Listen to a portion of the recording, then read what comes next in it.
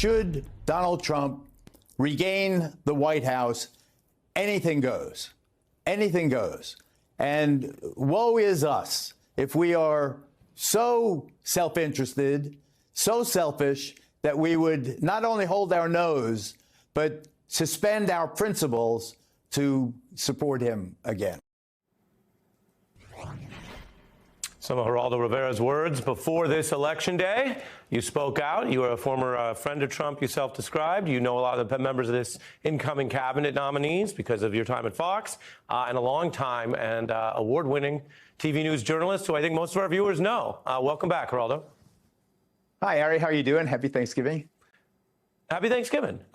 We heard your stark warning there. You did something that others have not done. You said, hey, you looked at the way the evidence changed and what Donald Trump has done, and you spoke out against him. We also now know that he won this election. So where do you stand, having raised those alarms, but also, of course, we all follow the rule of law and the election results. How do you think things are looking today? What a great question. Where do I stand in terms of the president, now that he's the president-elect, with this overwhelming mandate? You know, I thought with some trepidation about the example of Morning Joe and Mr. and Mrs. And going down, kissing the ring, and so forth. And would I do that? I haven't yet. I don't expect to. Although he is the president of all America now, the campaign is over. I am reminded of the scene with Joe Biden and Donald Trump in front of the fire going on in the White House. And, you know, that's the way it used to be. I lament that that's not the way it was last time, obviously. It was outrageous the way he behaved. It was more than outrageous. It was criminal, I think. But now he's the president, and the question is, what do you do about it? You know, you could spend the next 4 years weeping in the library, but I don't know. I don't know whether I will. That could be, you know, you could have like a question every Friday. Has Geraldo congratulated Donald Trump yet? Has he come to kiss the ring yet, like Mika and Joe? Yeah, I guess, so, look, there are people who, no, and I think there are people who look at it in a number of different ways. Covering this stuff versus whether you see yourself in dialogue with a politician is a distinction there. I mentioned your Fox colleagues. I'm sure that there's a certain association, right, with anyone that you know, and if you know someone and you like them, then okay, great, you think they're getting an opportunity. Although I think it's also fair to say that Donald Trump is so focused on casting that it seems like sometimes he's casting only from those that he knows already from television and not using the tremendous opportunity and resources of the United States government to recruit from everyone in the country. So notwithstanding that, I'm sure you have good things to say about some of them. What about that? Should the whole cabinet be coming off the airwaves? That's an excellent question, and it does seem to me that he's taking the path of least resistance, and the television has played an inordinate role. But you know, from my point of view, I have several different takes on it. Number one is I remember all those years, I mean, particularly when he won the election, how cool it was that your old buddy is a president of the United States. Now my old buddy is the Secretary of Defense designate. Well, let's say they get confirmed. The Attorney General of the United States, the Transportation Secretary, the head of the Secret Service. When you think about it in those terms, I never thought, coming from Williamsburg, Brooklyn, and West Babylon, Long Island, that I would be, you know, on a first-name basis with the people who run the most amazing country on earth, the most powerful country, so on and so forth. So it is humbling, and it is you know, it distorts your reaction to things. Maybe you know, you fight so it doesn't change your values that you know the positions that you express are your positions, and you stick by your principles. But it is a heady experience. Make no mistake about it. Now, in terms of and it's interesting you use that word distort, And much has been said about the president-elect's fame, his so-called celebrity, and whether he's used that in a way as a crutch to distort things which otherwise wouldn't cut ice. I mean, I mentioned it earlier in the program, the ethics allegations that his aides faced last time, many of whom were driven out of office for it, and what they're facing now. The New York Times and a conservative outlet, as you know, Justin News from Solomon, reporting on allegations of influence peddling. That's not left or right. That's just unethical if proven. And then you go to the immigration issues, which I wanted to get your follow-up on, because, again, you say, well, is it distortive, or you recognize somebody or you have a link with them? Fine. But what about when they're bad-mouthing so many of our fellow Americans or people who are legal, documented immigrants and some people who are undocumented?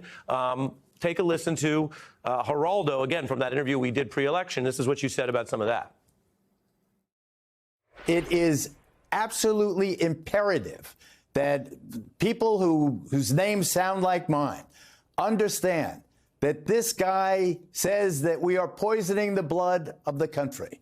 He says that it is in our genes that we commit murder. This is a guy who promises mass deportation of our friends and relatives should he regain the White House. That's how you put it, and you were right about the mass deportation. We now have the headlines from the transition. He wants to declare a national emergency, use the military, and do mass deportations of the undocumented. What do you say to Donald Trump, someone who you knew for so many years, tonight? What do you say to him about what he's planning? Well, I'm not sure he would take my advice on it, Ari, but let me be unequivocal about it. The part you have not yet gotten to is the fact that the confirmation came about the vast holding areas. So to convince people that they should not appeal their cases and drag out their stay, even if they're here and they have a right to due process 2 years down the line, to get them to leave now expeditiously, they're going to make those vast holding areas so unpleasant that people will be dying to get out to go home. I think that's the thinking. It is an obscenity. And everything I said pre-election, I say now in bold letters. This is horrifying what they have planned. Can you imagine a vast holding area? Just think of the Japanese internment in World War II. This is going to be that in a much vaster scale. And the more people that they crowd into these places, the more horrifying it's going to be. And it will weigh on the conscience of every American. You know, there'll be no distortion about it. There'll be no explaining about it. When you can look through a barbed wire fence and you see people that look just like you, and many of them in the country for a long time, people with mixed families where one is a citizen and the husband and then the other, the wife is not. This is going to be a horror. And it's really going to, I think, tarnish the reputation of the nation, and it should affect the conscience of everybody who sees it. Is there a problem with undocumented immigration? Obviously. But there must be a more humane solution than the one proposed. And what was Tom Homan doing down on the border anyway today? He's not in office yet. He doesn't have a job yet. He's not working for any administration now. Yeah.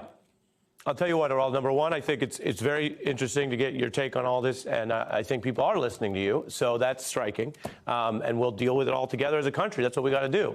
Before I lose you, it's not just politics here. As you know from your long time working in the press, one of the most striking things is you get your press badge or you go out to work and you talk to people, all kinds of people. And so because I get time with you here, because you're not signed to another cable network like Fox right now, I wanted to just go back to your career. One of the most intense, striking, for some controversial legal interviews you did with none other than Charles Manson. Let's roll the tape. Others have killed more, and they've done it more recently.